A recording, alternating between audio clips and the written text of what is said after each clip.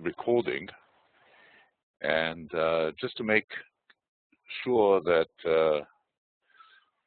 it's easier for everybody to see, I'm going to go into full screen here. Now, I think that probably everybody here already knows the ins and outs. If there's anything that you would like to say, please do so, and please just press raise hand so that I know that somebody wants to talk, wants to make himself heard. And in the meantime, let me just make sure that Raquel, can you hear me, Raquel?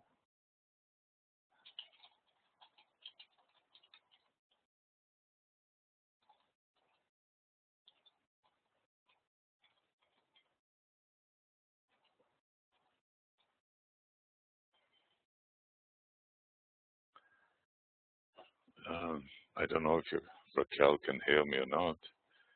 Raquel, if you can hear me, please write so in the chat box, because I'm not sure whether you do or you don't have a microphone. But, okay, well.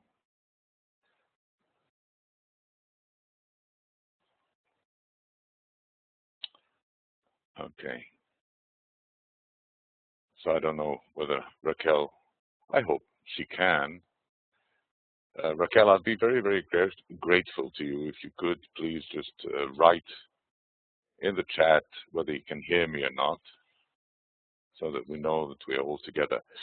Let's do a little trial of all our audio equipment. I know that Nira's mic works, but let's try it. Nira, could you please say something? Yeah, just.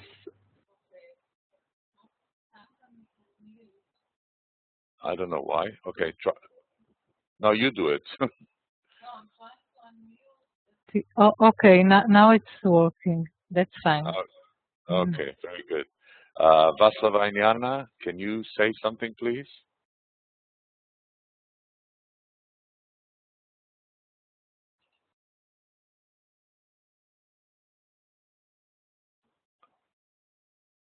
Vaslava and Yana, can you say something? We can't hear you. There's a problem. I'll tell you what I'll do. I don't know why, but I cannot hear you. Can you write in the chat whether you can hear me or not, please? Vaslava and Yana.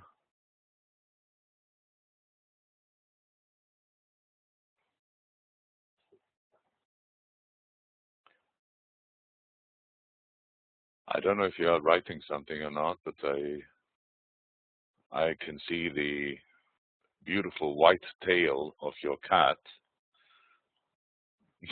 But, so I guess the cat can hear me.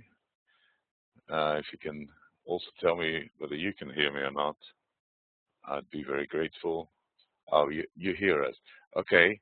Do you have a problem with your mic,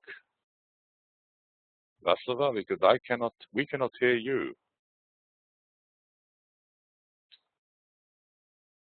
For whatever reason, I don't know. I cannot hear you. And you're not unmuted. You're not muted. No, you're not muted. Okay.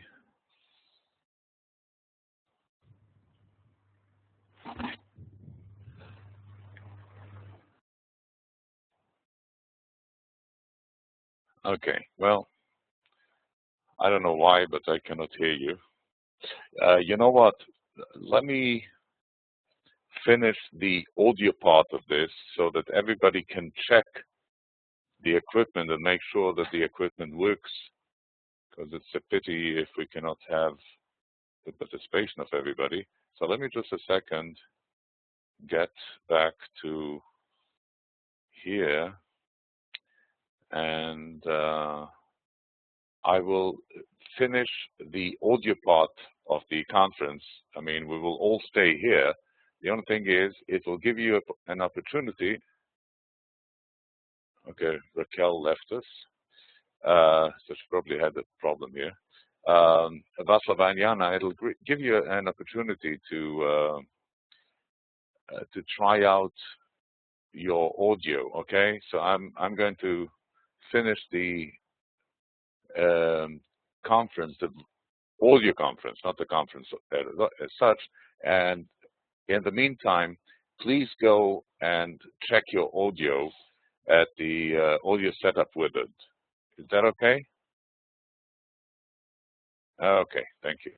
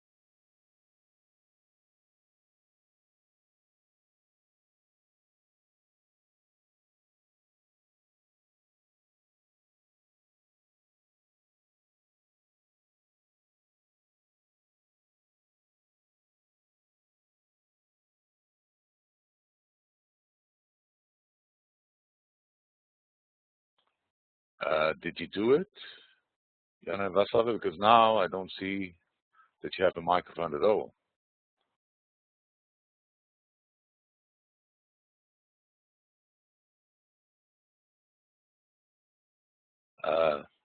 If you can hear me, please write in the chat what happened.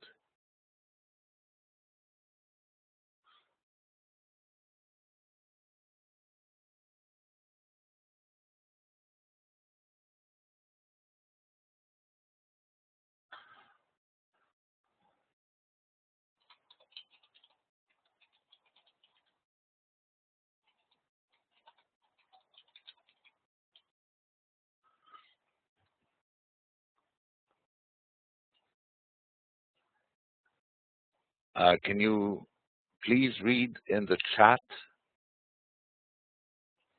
I sent you something in the chat because now, for whatever reason, your mic seems not to be connected at all.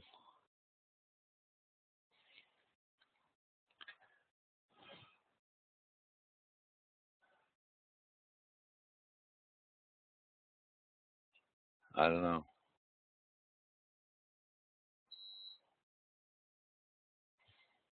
Oh, you can't hear me now. Okay, well, it's probably something went wrong here in the meantime. Okay.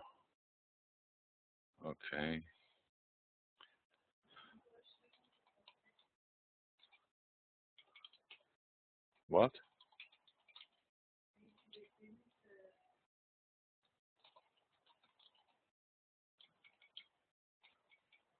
Maybe then they didn't complete the audio wizard. Ah, okay.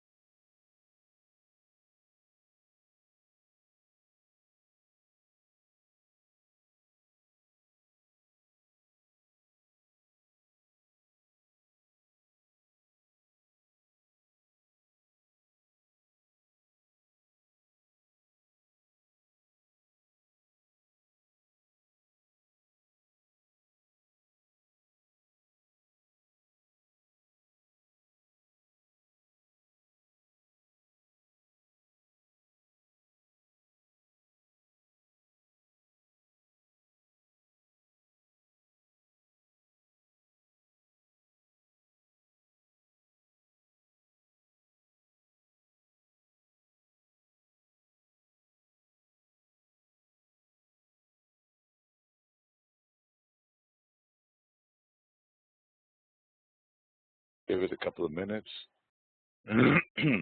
Okay. Could you try and say something now? Jana and Vaslava? Can you hear me now? Can you hear me now?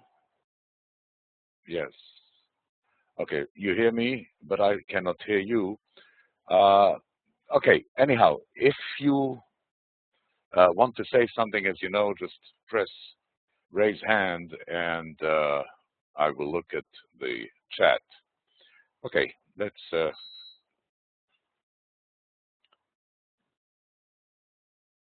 Okay, okay. Sometimes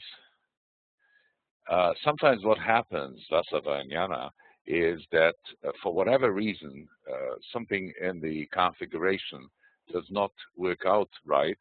And at that point, in some cases, what might help is if you press Control, which is the last button on your keyboard, and then try to speak.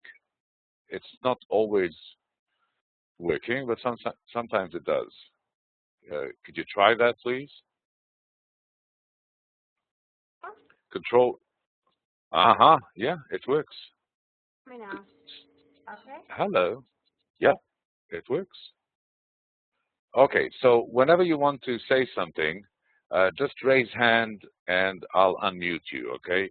In the meantime, I'll mute everybody because otherwise we won't be able to follow this, and I'll go again into full view. In the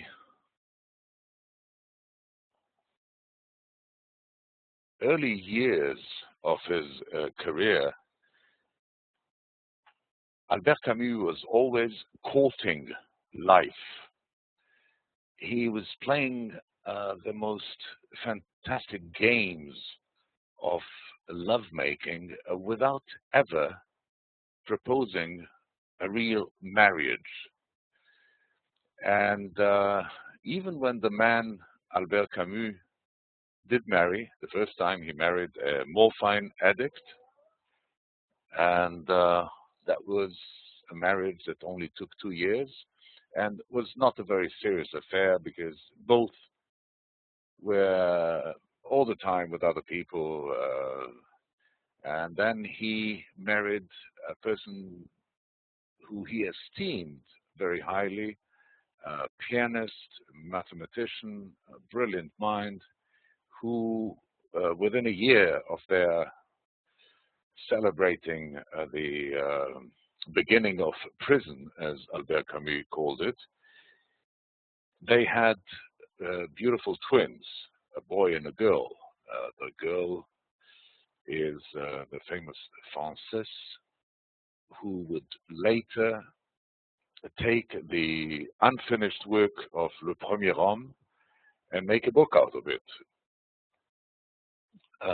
without really touching it, without editing it. She did not dare do it.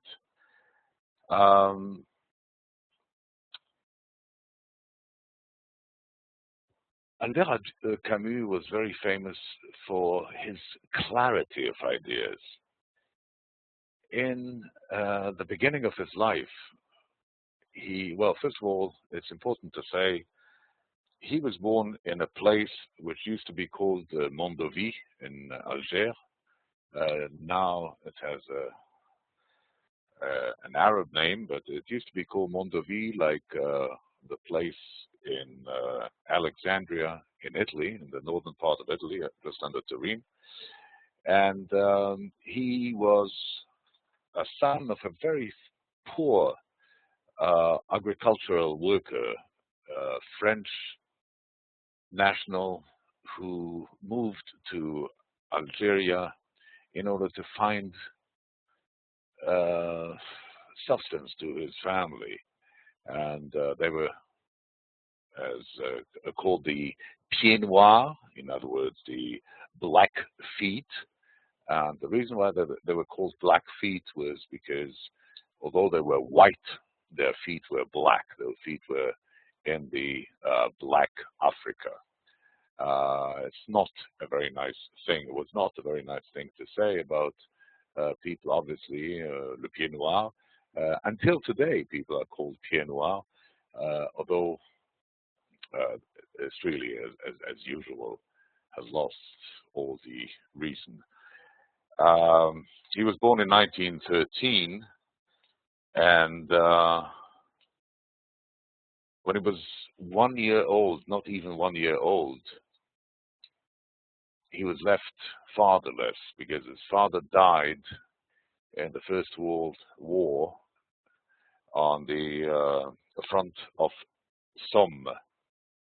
And his mother, a very simple human being, who is beautifully described in the Le Premiere Homme, in The First Man, was almost completely dumb and deaf. She couldn't speak and she could hardly hear anything. The family moved to Algiers, and there in Algiers they were taken care by the grandmother, who also took in a cousin. Apparently that grandmother was a very, very big influence about in the life of Albert Camus. 1922, Albert Camus is taken under the wings of a schoolmaster in Algiers, another pied noir, who really pushed him to do the best he can in order to follow studies according to his natural gift and his natural genius. He would eventually become a soccer player, football player, and at one time, as he joined the university, both because he had a scholarship, a full scholarship, because he was obviously a brilliant young man, but also because he joined on a sportsman scholarship. He was the goalkeeper of the university champions, a career that was truncated almost immediately probably because of his very poor circumstances and the terrible water they had to drink, and there was almost never enough food for everybody. He suffered from tuberculosis, from TB, and so he had to leave the football team, and he also had to leave the university because all of a sudden there was not enough money to deal with his illness and to pay for his studies. So he started working as a writer for different magazines, and with a lot of difficulties, he did finish his BA in philosophy, and he never studied beyond that. When he was 22, 23, maybe 24, he wrote the lines that I bring here, the lines that for me are really a carpet to the backroom of the mind of a genius who so clearly puts a magnifying glass to the horrors of modern times. The lines were reported in Les Noces, the nuptials, which was the first collection of essays that he would publish. And in that he says, one lives with a few familiar ideas, two or three. By the chance of worlds and man who are encountered, one polishes them and transforms them. It takes 10 years to have an idea fully one's own, about which one can talk naturally. This is a little discouraging. But in this way, man gains a certain familiarity with the beautiful face of the world. Up to that point, he looked at it face to face. But then he has to step to the side to gaze at its profile. A young man looks at the world face to face. He hasn't had the time to polish the idea of death and nothingness, the horror of which, however, he has tasted. And these words that he wrote when he was 23, it's not very clear. It's between 22 to 23, happened in the years when he started working at Le Théâtre du Travail. He started a theater in Alger called Le Théâtre du Travail, where he wanted to put on plays, the plays of the classical repertoire for the working class. It then became Le Théâtre d'Équipe, and it had a good success for a certain period of time. And it's very true that in the first 4 essays that he publishes, Les Noces, the Nuptials, we have very few ideas. But those ideas are clearly sketched out in Nos. And it is haunting how those clear, simple ideas really lead us into the inner world of a man whose language was always the expression of his mind, a very clear expression. He never, like others in the existentialist movement or the communist movement in Paris later, like his once friend and then less than a friend, Mr. Sartre. Sartre knew how to use words in order to hide behind them.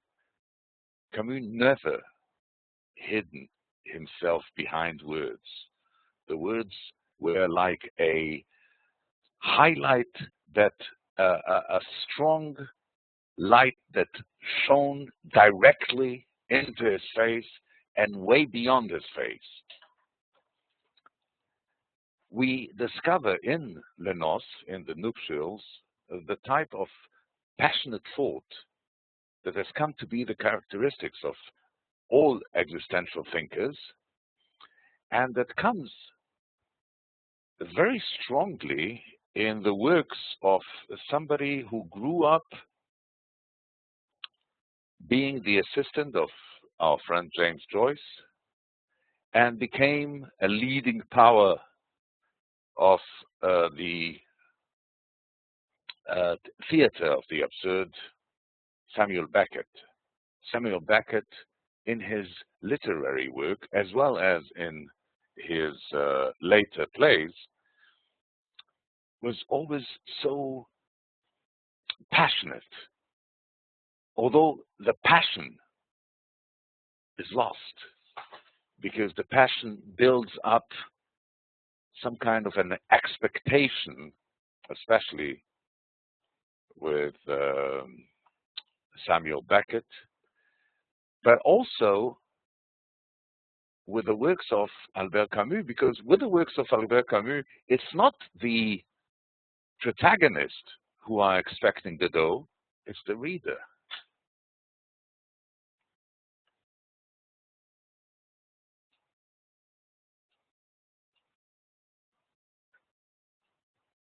The way that we can learn to get acquainted with the writing of Albert Camus recalls very much the way that Nietzsche used language in order to create the background against which to draw the simple but very deep concepts and ideas that he did in Also sprach Zarathustra.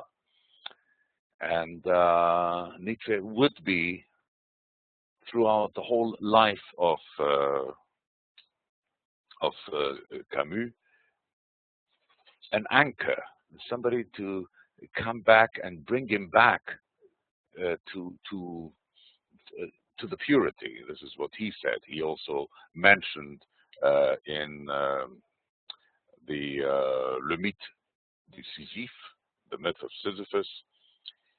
He says a philosopher should, as Nietzsche says, live up to his thoughts. He has to be an explanation, a window show to his inner thoughts. He cannot say something and live in a different way. By the way, if you get an English version of or translation of the myth of Sisyphus, which I have here, and I'm going to show everybody here on camera. In the myth of Sisyphus that you can see now, I guess, can you see it? This is the English translation that came out. It's the Penguin Modern, and it came out in 1955. It's a very good edition because it holds not only the myth of Sisyphus, but it holds all the four essays that are included in what we spoke about in the Le Noce. The Le Noce starts in two villages in North Africa, and then in the city, the main city of Algeria, Alger, and also it trips over to something completely different, to Florence and Venice in northern Italy. Tipasa is one of the villages. It's the picture of the Roman ruins near the village, which are now covered and reabsorbed into the lush vegetation of the North African coastal regions. It is here that the foothills of Mount Chenua moves down to meet the sea, and it is here that the works of man's hand crumble and return to earth.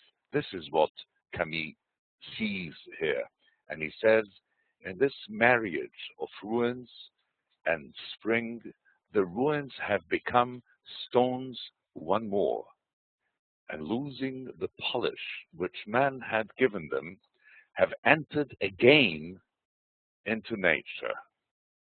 At Gemila, it is the searing hot wind which batters against man until, weary, he abandons himself and becomes a part of the roaring, of the inhuman cry. And here Camus, 7 years before he would go all the way out into l'étranger and allow the sun to play the tricks on the mind of Meursault. Here the writer is fascinated by nature.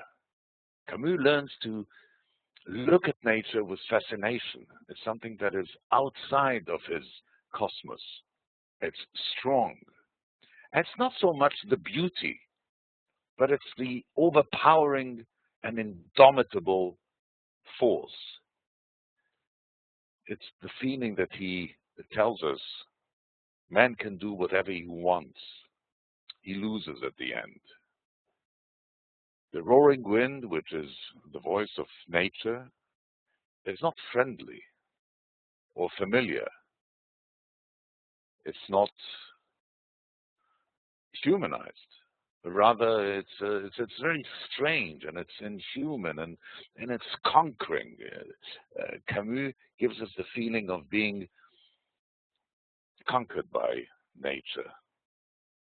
That's why we start seeing this relationship between something that is constant and changeless, something which absorbs with time all the works of man, and that is nature.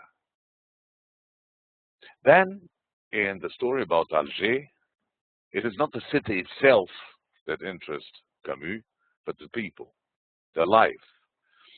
The life which, I don't know how much you read about that period in Alger. Alger was a very strange place, probably still is, I don't know today. It was one of those places where people lived the now, the here and now. Um, everything was here today, and if it was gone tomorrow, nothing happened because nobody really believed that any tomorrow might bring anything good. So all the possessions are of this earth, and hence the people hold death in horror, because death is the only thing that can take away everything they have.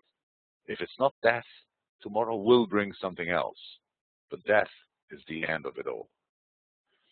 It is the fact of death that is pointed up by the earthly naivete of Alger. The most tragic of things is a happy man. This because of death.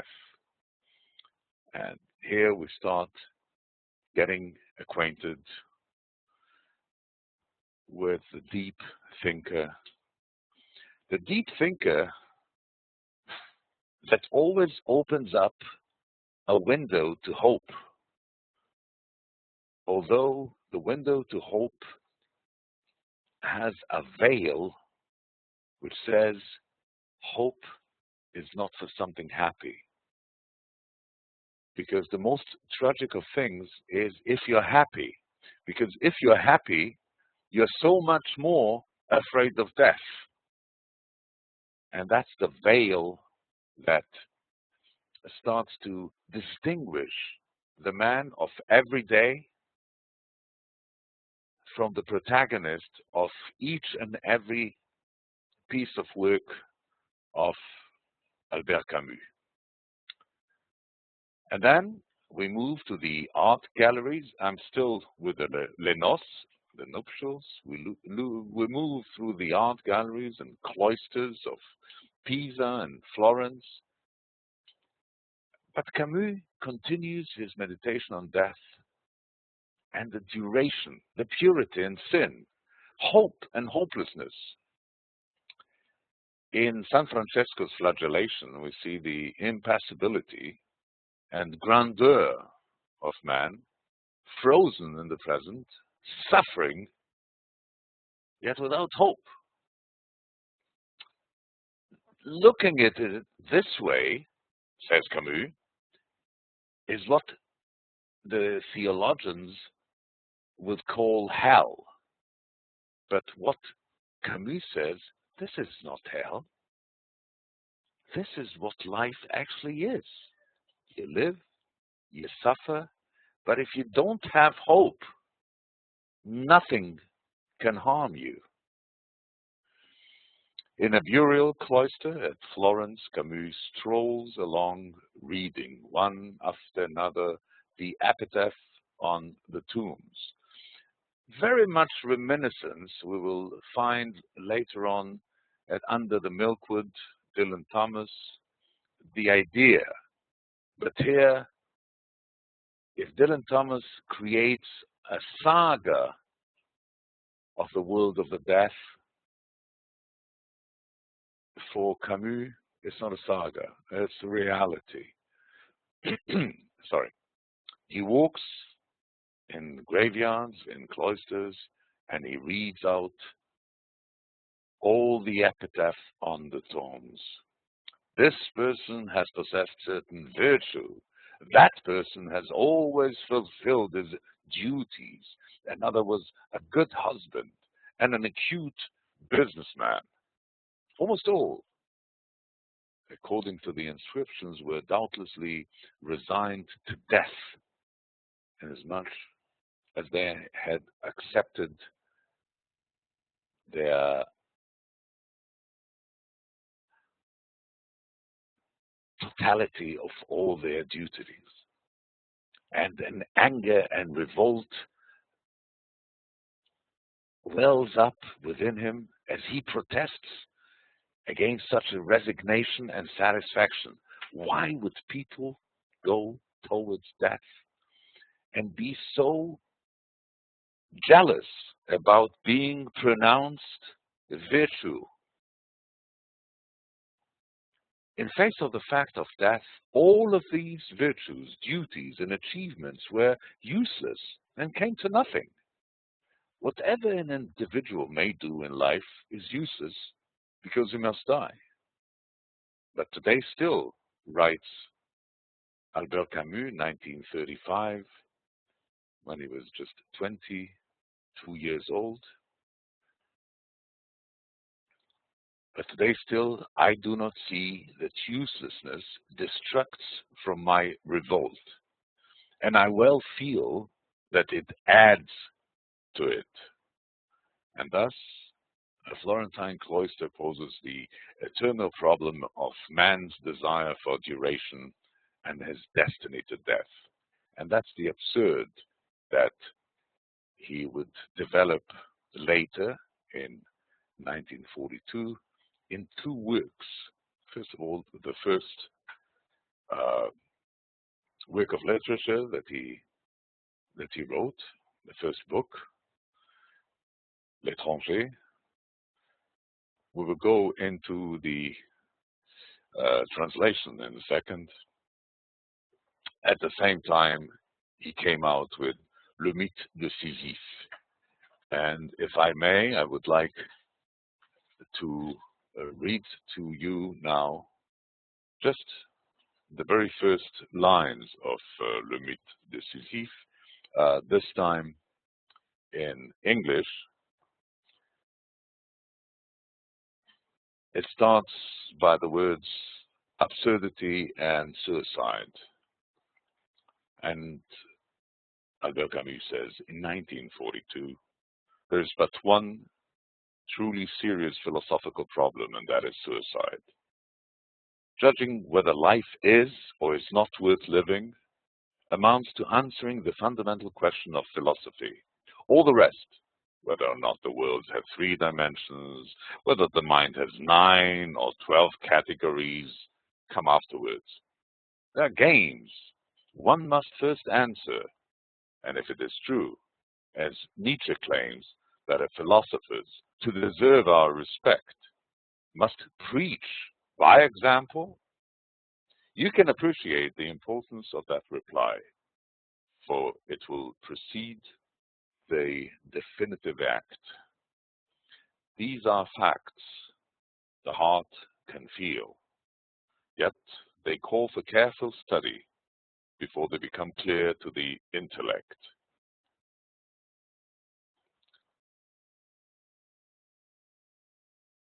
In 1955, 13 years later, he would crown his artistic and philosophical work, mainly philosophical work, in The Rebel, The Revolt. And if he was trying to absolve suicide and find that suicide is not right, whether you do or you do not believe in God, because believing in God only takes away the responsibility, but does not give a different meaning to life. So if in Le Mythe de Sisyphe he was dealing with the solution to the problem, whether suicide is allowed or is not allowed, morally, not religiously, in The Rebel, he does the same thing with murder. And those two poles of this immense, deep thoughts actually built the temple of what we came to know as the thinking of the existentialists. Everything really starts and comes back to Camus. We will have people who are a little bit more polished, more cafe, how should I say, cafe philosophers, the people who had a court of admirers at a certain period of time, starting in the late 1930s. Camus would come to Paris, would join the Communist Party, although for him communism was always a means to an end, not an end in itself.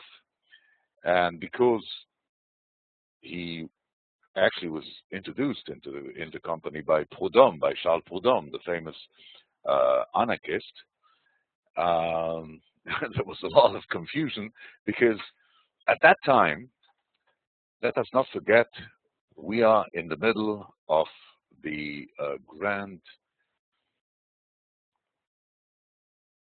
If the myth of Sisyphus is the concept of somebody has a useless task which he has to perform again and again and again, and not only is the task useless, but it becomes probably more and more entangling with his life because he has this huge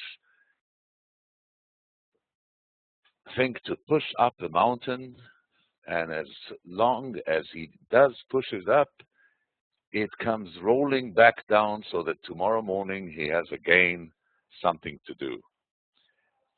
And this is the strength of the image that Camus takes here, because, by the way, it brings to mind, there's a very interesting painting that Magritte did, René Magritte, the Belgian artist, where there's a huge rock in the middle of going up a mountain, and in a little kind of a sarcophagus, we see a man sleeping. So, you know, the myth of the sleeping Sisyphus takes another turn on. Of course, Albert Camus would have never agreed to something like that. And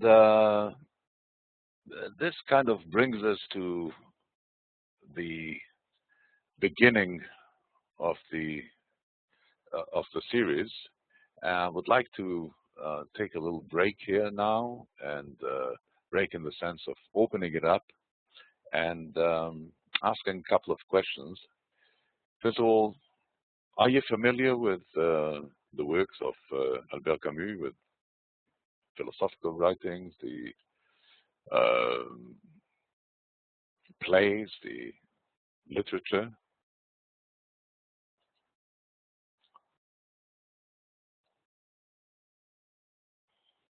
It's the question if you want to answer. Okay.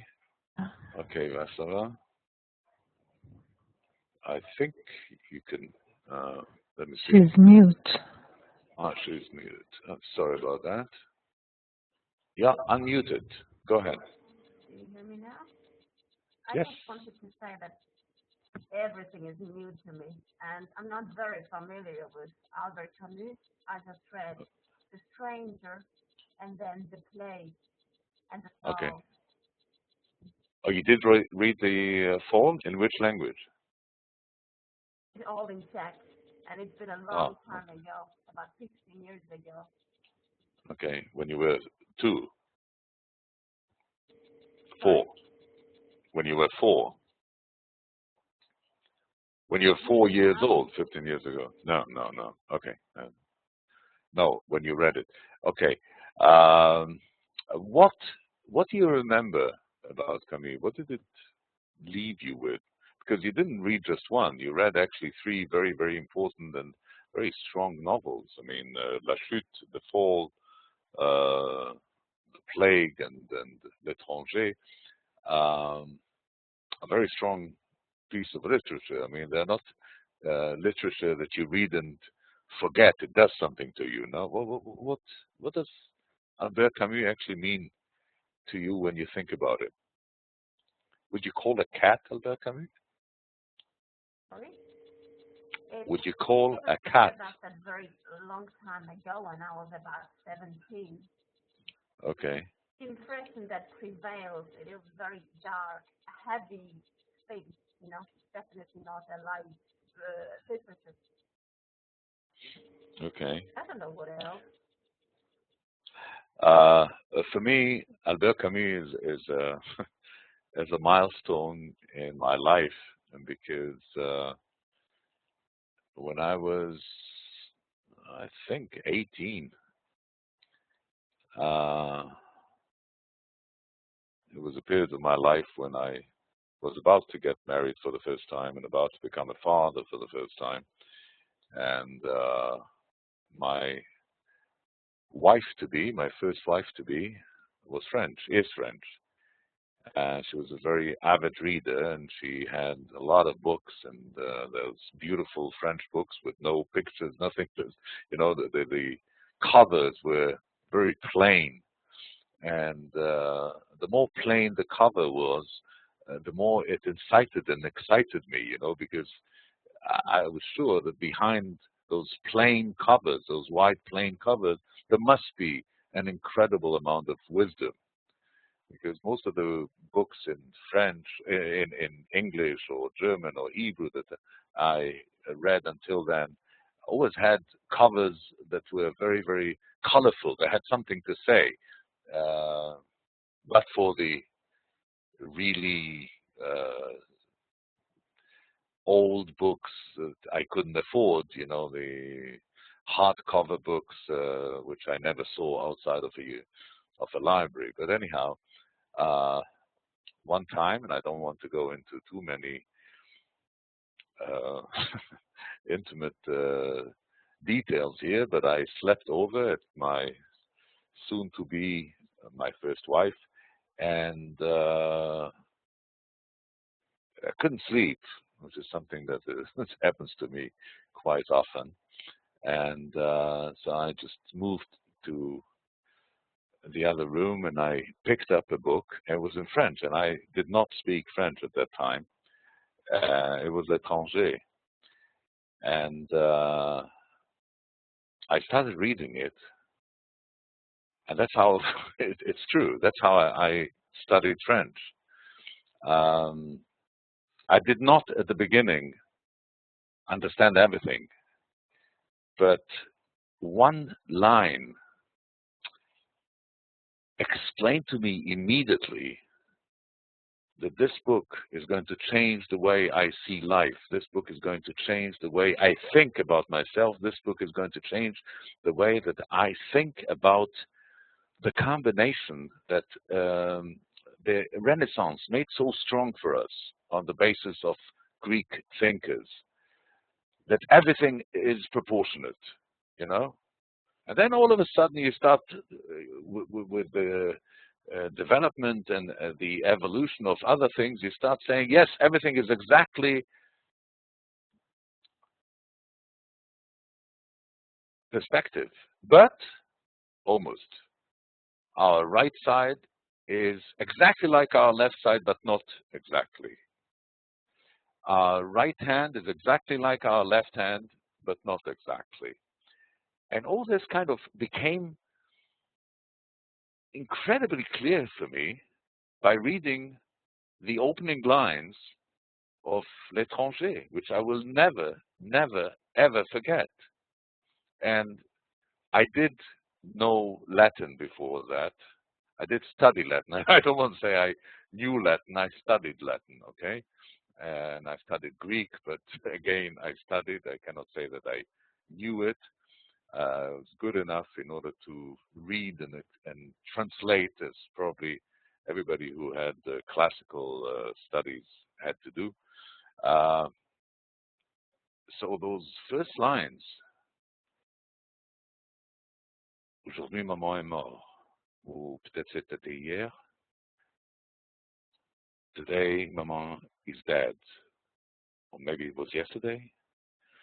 I mean, if you just read those lines and you don't read anything else, you understand that this guy immediately brings you into a completely different explanation, translation, and interpretation of the very word which for me opened a long trail of loneliness, but of loneliness which I enjoy, because it's a loneliness that brings many friends to my trips. It's a loneliness where I want to be alone so that I can be open to new encounters. And that only started because of the way that I interpreted the name l'étranger. I know that in most languages it was introduced as the stranger. I don't know exactly how it was in Czech. In English, later they tried to play with a name. It became the outsider and not the stranger. But for me, there was nothing stronger than a man that lives the day-to-day life. He has a job to which he has to go to.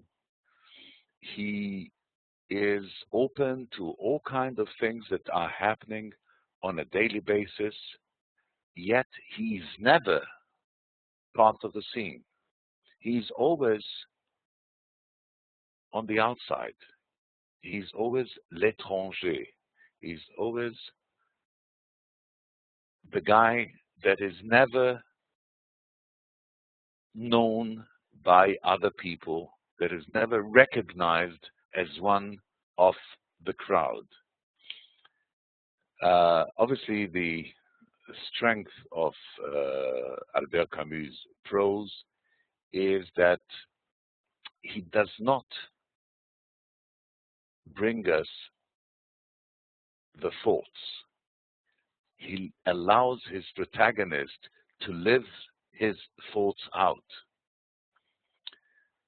There are three writers in my book that if literature should die tomorrow, if tomorrow for some kind of diktat, literature will be no more, there will stay three writers, because they're also philosophers, much more than just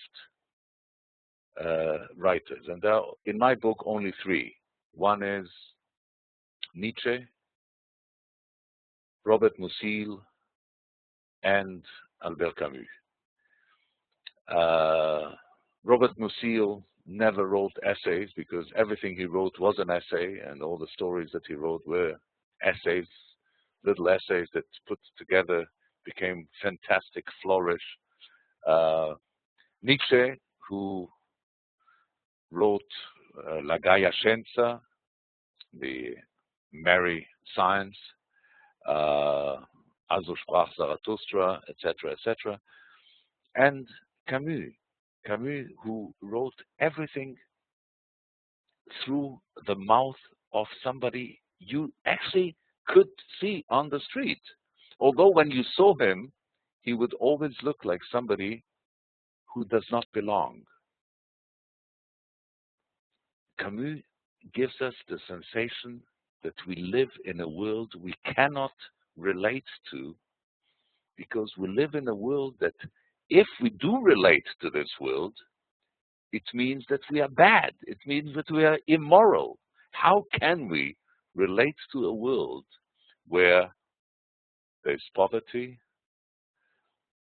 where any kind of revolution only brings back a stronger dictatorship, where the life of people is completely useless, completely without any real meaning.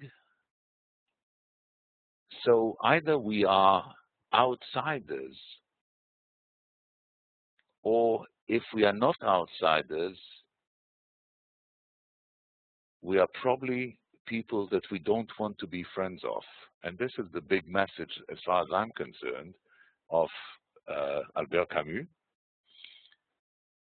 And as I said, his first dive into literature came with L'étranger, literature as such. 1942 is the year where he publishes for the first time L'étranger, as well as Le Mythe de Sisyphe.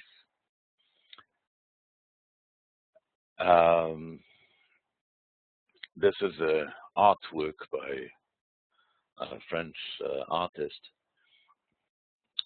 who took the idea of L'étranger and did this, and I'm using it here to show. I would like, if it's okay with you,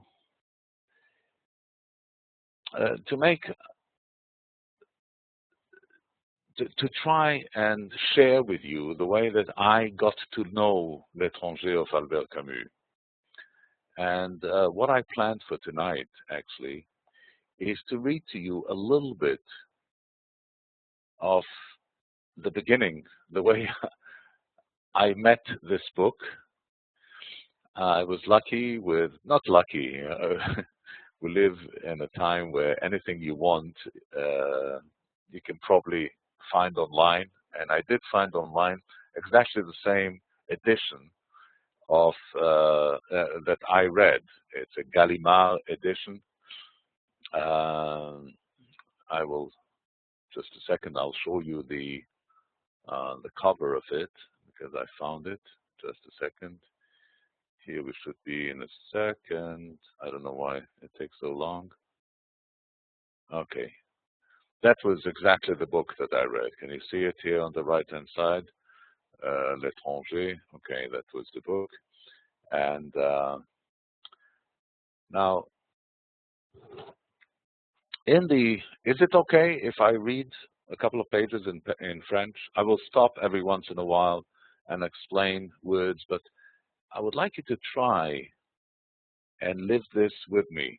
I saw that you do write in French, but it's completely unimportant whether you do or you do not speak French, because the words have their sound, and the words, the sound of the words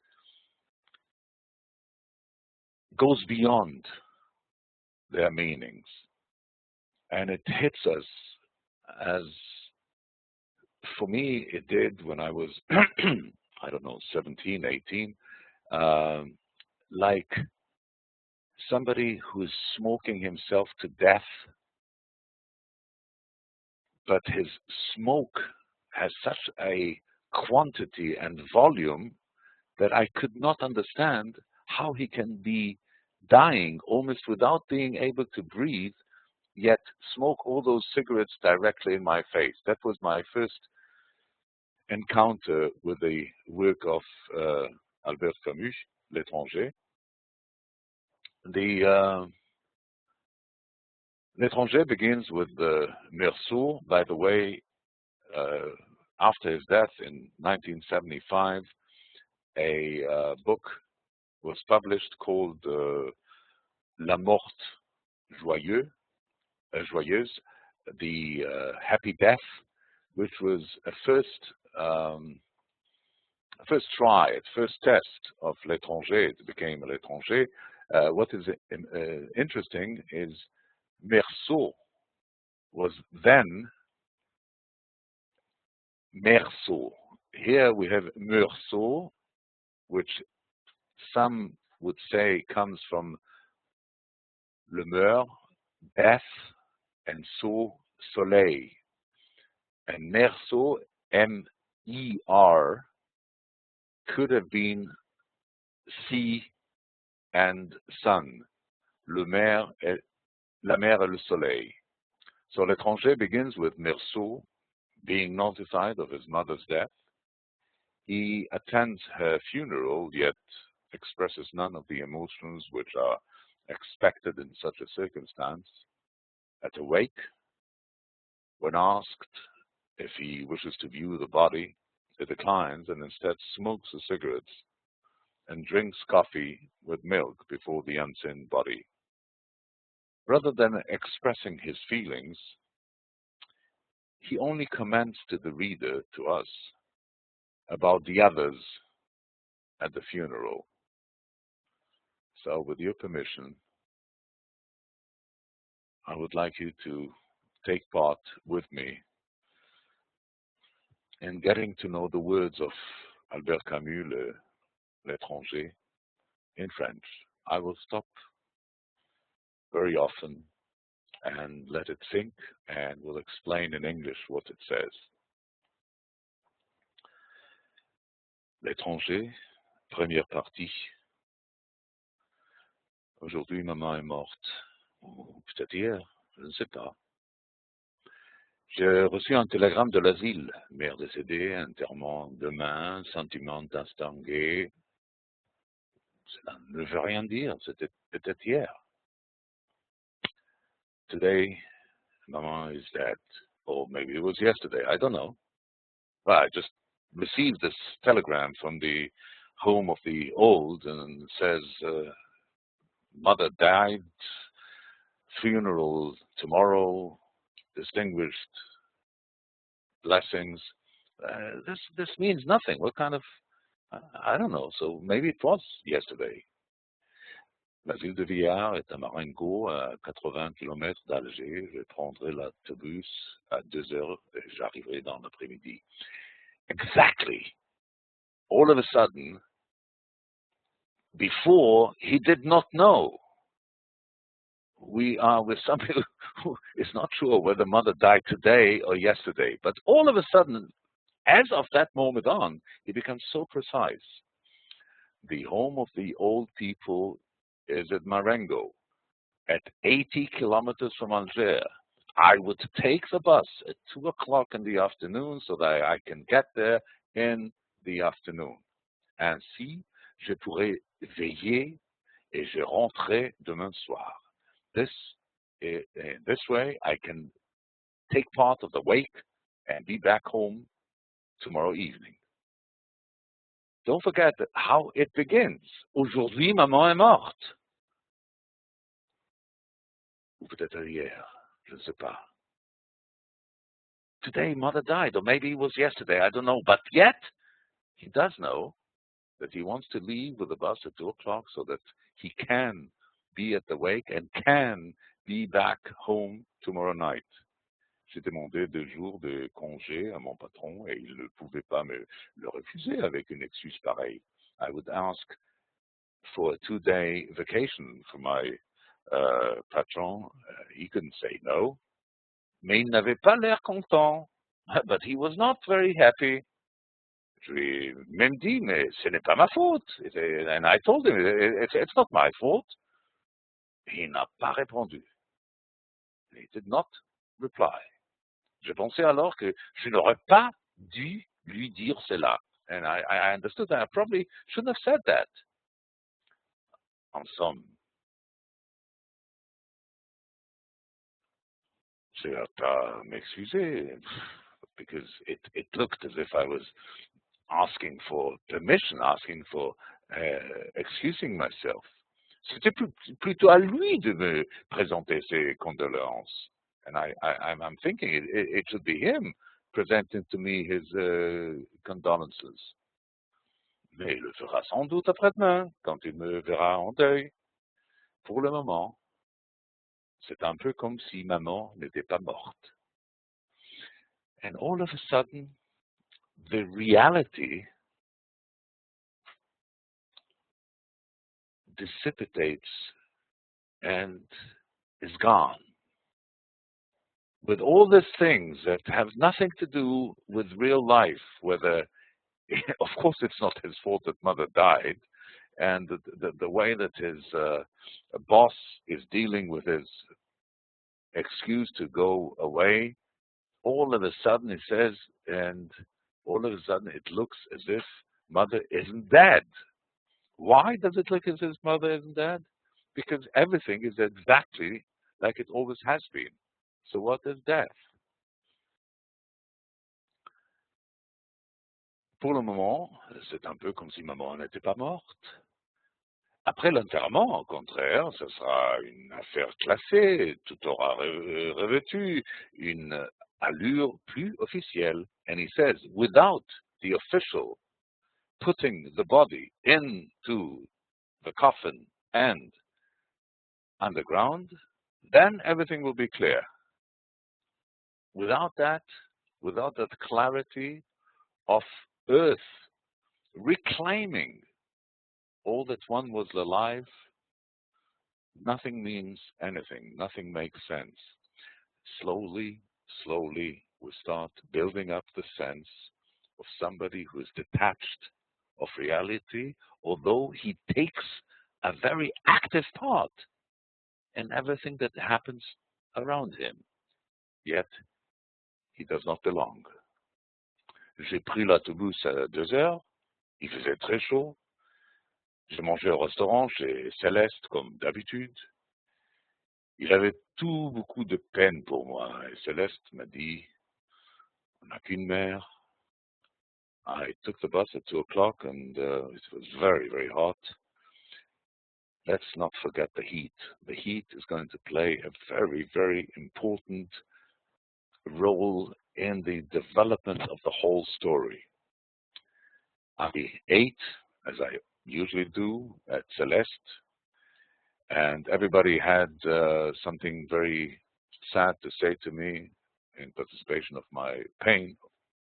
And Celeste herself said, we only have one mother, very, very profound, of course.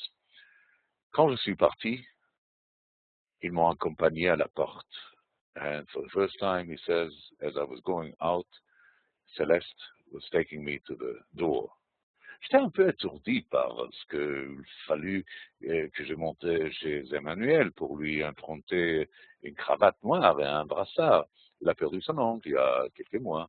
And here, all of a sudden, we see, as this man moves through life and is always an outsider, is never part of reality, although he's a participant in reality. Because in order to be able to present himself at the home for the old and participate in the funeral, he has to have a black tie, and he does not have a black tie, and that's why he wants to get out very quick from the restaurant and go to his friend Emmanuel and take his black tie, because Emmanuel has a black tie, because a couple of months ago he lost his uncle. All this particulars, all this specification, all this clarity, after having said, aujourd'hui maman est morte, ou peut-être c'était hier, je ne sais pas. This I don't know, whether mother died today or yesterday, I have no idea. I do know that now I have to do this, I have to do that, and we have a very precise, minute-by-minute description of what our friend is going to have to live through. And we always, in the beginning, because we don't know what is awaiting us, we are starting to feel, at least I did, a friend, to feel pity for the loss of Meursault. And the only thing that I remember that started hitting me on the head, together with the pity and the charisma that Meursault started having over me, was the sense of the heat. And it continues here, je courus pour ne pas manquer le départ. I had to run not to be late for the departure. Cette hâte, cette course, c'est à cause de tout cela, sans doute ajouté au chaos. And this was what really brought out more and more of the chaos. À l'odeur d'essence, with the smell of the petrol from the bus, la réverbération de la route et du ciel, que je me suis assoupi. And here we start thinking, something is going to happen to him. He's going to feel for the death of his mother. No. All this brings out the child in him. And like a good child, he sits in the bus, and the bus moves, and with the movement of the bus, he just falls asleep. J'ai dormi pendant presque tout le trajet. I slept for almost the whole ride. Et quand je me suis réveillé, j'étais tassé contre un militaire qui m'a souri et qui m'a demandé si je venais de loin. J'ai dit oui pour n'avoir plus à parler. Again, he wakes up at the end of a little bit later he wakes up and he finds himself against a soldier. And the soldier just smiles at him and wants to open up a conversation. He says, do you come from far away? And the soldier says yes, because he does not want to talk. L'asile est à 2 kilomètres du village. Again, the precision. 2 kilometers from the village is the home of the old. Je fais le chemin à pied. Je voulus voir maman tout de suite. I walked. I wanted to see mother immediately, mais le concierge m'a dit qu'il fallait que je rencontre le directeur, but the concierge said that I should see the director first. Comme il était occupé and that he was busy, j'attendais un peu. I had to wait for a while. Pendant tout ce temps, le concierge a parlé et ensuite, j'ai vu le directeur. And all this time, the concierge was talking, but then I did see the director. Il m'a reçu dans son bureau. He received me in his office. C'est un petit vieux.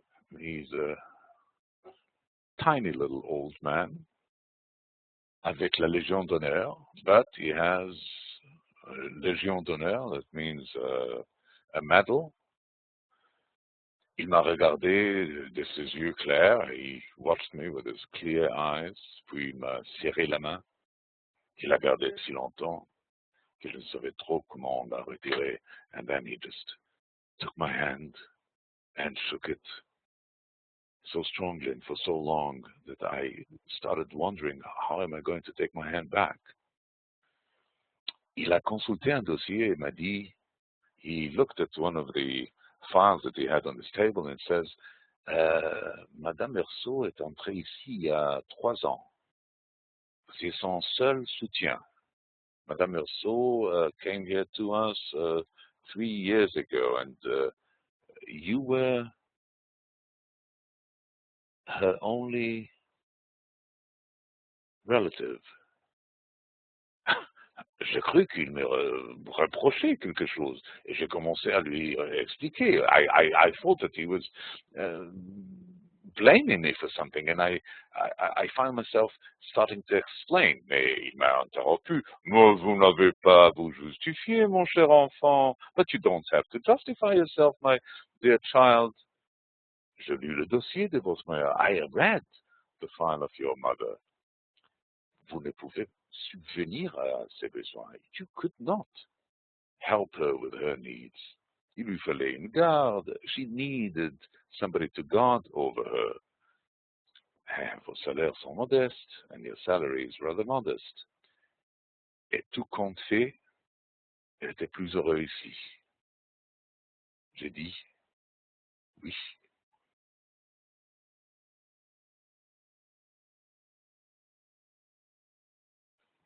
Sorry.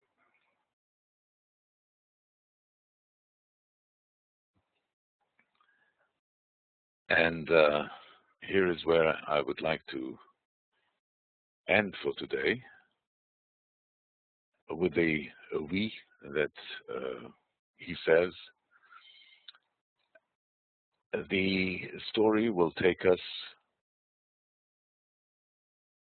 to the funeral, to the wake.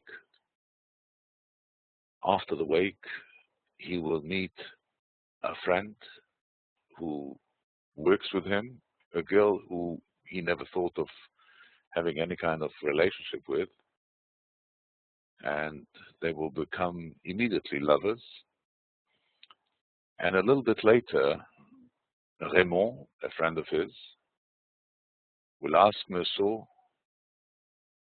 to help him write a letter to his girlfriend, Berber, she's an Arab, to invite her to come over so that Raymond can, for the last time, make love to her and beat her up because he thinks that she was unfaithful. Meursault doesn't have any problem with that. He writes the letter, and the girl will come and will be with Raymond, and Raymond will beat her up very badly, almost to death. And next we will be before the judge, and Meursault will say that yes, he saw how the girl was unfaithful to Raymond, and this way Raymond goes free. And after the court, the brothers of the poor girl, two Arabs, start following Meursault. And as they are on the beach and the sun hits the eyes of Meursault, he kills the Arab. That's the first part of the book.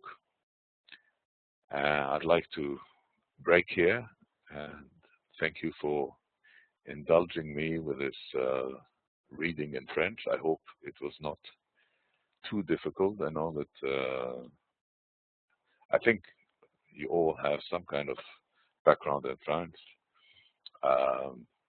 but I did find that the words are so important here. Let's go back to normality. Okay, here we are.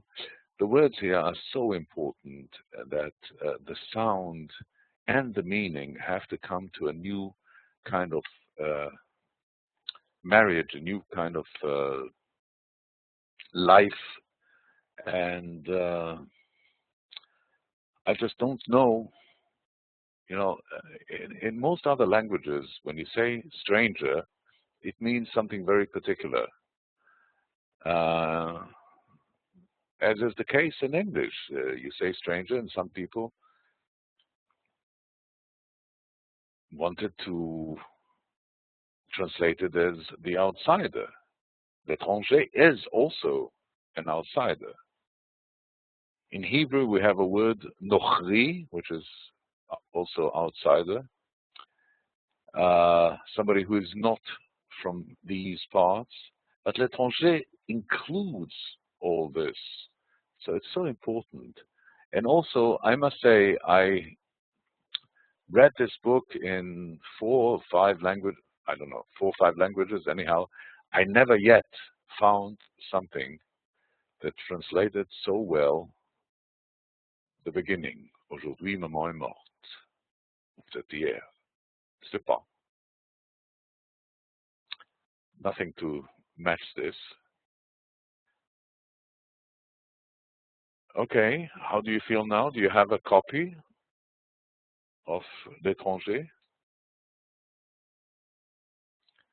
Vaslavayana, I know that Nira has, because Yeah, in Hebrew. she has it in Hebrew, yes. Yeah. I have a copy in Czech, but as I Big one? saw the French, it seems to be so familiar, so it will be no problem to read it in French. So I'll get it Can you? next week, or this week rather, and we'll read it in French. Okay, fantastic. Do you have it in French? Can you get it in French? Get it in French, no problem. Just on Monday, I'll go to a shop and buy it in French.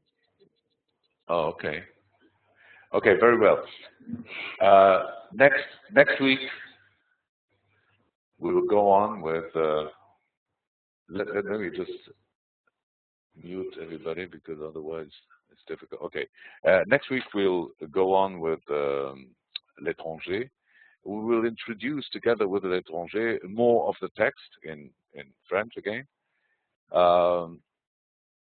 Although maybe in some of the French that I read today, the translation was not needed because it was quite simple, but I still do want to do it bilingual because it gives me the possibility to get deeper into the meaning and just let the words become more and more music and less meaning. The meaning comes to me easier with my auto translation into a language that I'm anytime that we read anything in any language, we are interpreting it to ourselves because the words were not written by us and the way we read them were never exactly as they were written. So that's why I prefer to do it this way. I hope it's okay with you. If not, let me know. But I would like to do it again in this way and to really get deeper and deeper into the book in French. Camus will be with us for a while because for me, he's so important. And I would like to go together with L'étranger to go deeper into the absurdity, the reasoning of the absurd with the Le Mythe de Sisyphe and the Rebel. And later we will introduce La Chute, the Fall, and La Peste, the Plague. I understand that you read all those a long time ago in Czech. We will do everything in French. As we did today, I mean, French that is intermingled with the German, with the English. I'm sorry I don't speak Czech, but which is probably something that I should. If I could read Hrabal in Czech, it must be something fantastic. But I cannot, so I have to read it in English. And okay, would you like to add something? To tell you about the name in Czech. Do you hear me now? About the name as it was, the name of the book, Étranger, was translated L'étranger. as business, which translates either as a stranger or as a foreigner also. Okay. Well, in Hebrew also, I think the last translation in Hebrew is Hanochi, which is the foreigner, the man who is not from here. It's all right, but in L'étranger, in Camus' L'étranger, you get all the meanings together. It's somebody who's a stranger, as in strange, something who's not normal, but he's so normal. He's so, and also he's somebody who does not find himself part of. He will have different reasons, he always seems to want to justify himself in all the places where he does not have to justify himself. He asks his boss, can I please take 2 days off and go to my mother's funeral? Why would he have to ask something like that? He then feels that he has to explain to the manager of the old people home that he was not enough for his mother. Why does he have to explain it? But when he murders the Arab, the brother of the girl, he doesn't feel that he has to explain anything. So we will go on with this, and I hope you find the book in French very fast. And thank you very much for being with us again here at Sophia, where minds meet online. Let me tell you a little bit about what's going to happen in the week coming. On Tuesday, we have another Schubertiade. This time we're going to listen to some more of the Die schöne Müllerin, and the singer is again going to be Dietrich Fischer-Dieskau with Gerald Moore at the piano. On a Thursday, we start a cycle of 1 week Shostakovich chamber music and 1 week Beethoven. And this Thursday we'll hear 2 movements of the string quartet number 13 of Beethoven and 2 movements of the string quartet number 15 of Shostakovich, one performed by the Borodin Quartet and one performed by the Alban Berg Quartet. And Saturday again we're going to meet with Albert Camus. Very, very important. We are now working on opening up a new series with Ton Koopman,